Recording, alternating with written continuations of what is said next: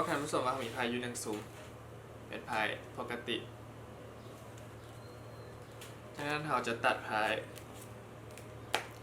แล้วบอกท่านผู้ชมว่าก็จะให้เจ้าเอาพายลงไปแบบนี้ไล่ลงไปทีละน้อยแบบนี้จะหมักบอลได้แล้วให้บอกคำว่าหยุด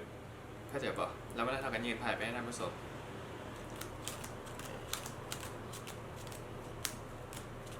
จากใบก็ได้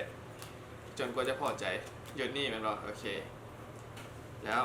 เขาบอกท่านผู้ชมว่าให้เจ้าใหญ่พายเป็น4 กองแล้วสิ1 2 3 4 กองแล้วสิจนกว่าจะหมด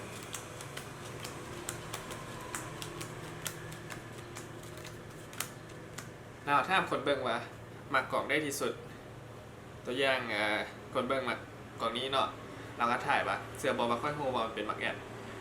จากนั้นเขาจะเปิดเบิ่งมันก็จะเป็นหมักแอดแล้วถ้าผู้ชมว่าเป็นยังเขายังโฮบอเพราะว่าภายทาง4 กล่องมันจะเป็นหมักแอดสำหรับการเตรียมเข้ามาจากกล่องนี้เรามีแต่หมักแอด4 ใบขึ้นมา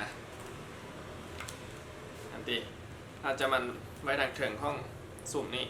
ทางหมดแล้วง่ายๆเป็นบ่จากนั้นเราส่งให้คนเบิ่งว่ามันเป็นพายปกติเราเฮ็ดตัดพายลอกมาสิเบิ่งเถอะว่ามันตัดพายแต่ว่าเราตัดลอกไปสิเอาตัวลุ่มนี้วางลงก่อนแล้วก็ตัวเถิงปกซึ่งมันเห็นได้มักแอดทั้งหมดอยู่ทางเถิงคือเก่าเราเห็นไวๆโอเคเขาจะตัดพายไปสิเราอธิบายก็จะเบิ่งสำหรับไพ่ที่ต้องการตัวตัดลอกแบบอันตัวโซนี่สามารถไปเบิ่งวิดีโอต่อไปได้แล้วเราอธิบายว่า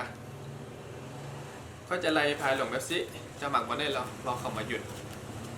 บอลได้ก็ได้ท่านผู้ชมจะบอกหยุดบอลได้ก็แล้วแต่ได้เหมือนเลยสมมติหยุดนี่เนาะแล้วเอาพายตัวนี้ให้ท่านผู้ชมให้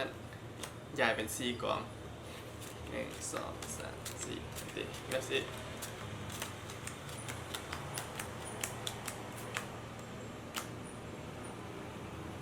เสื้อบอกว่าพายทางมันจะเป็นมักแอบ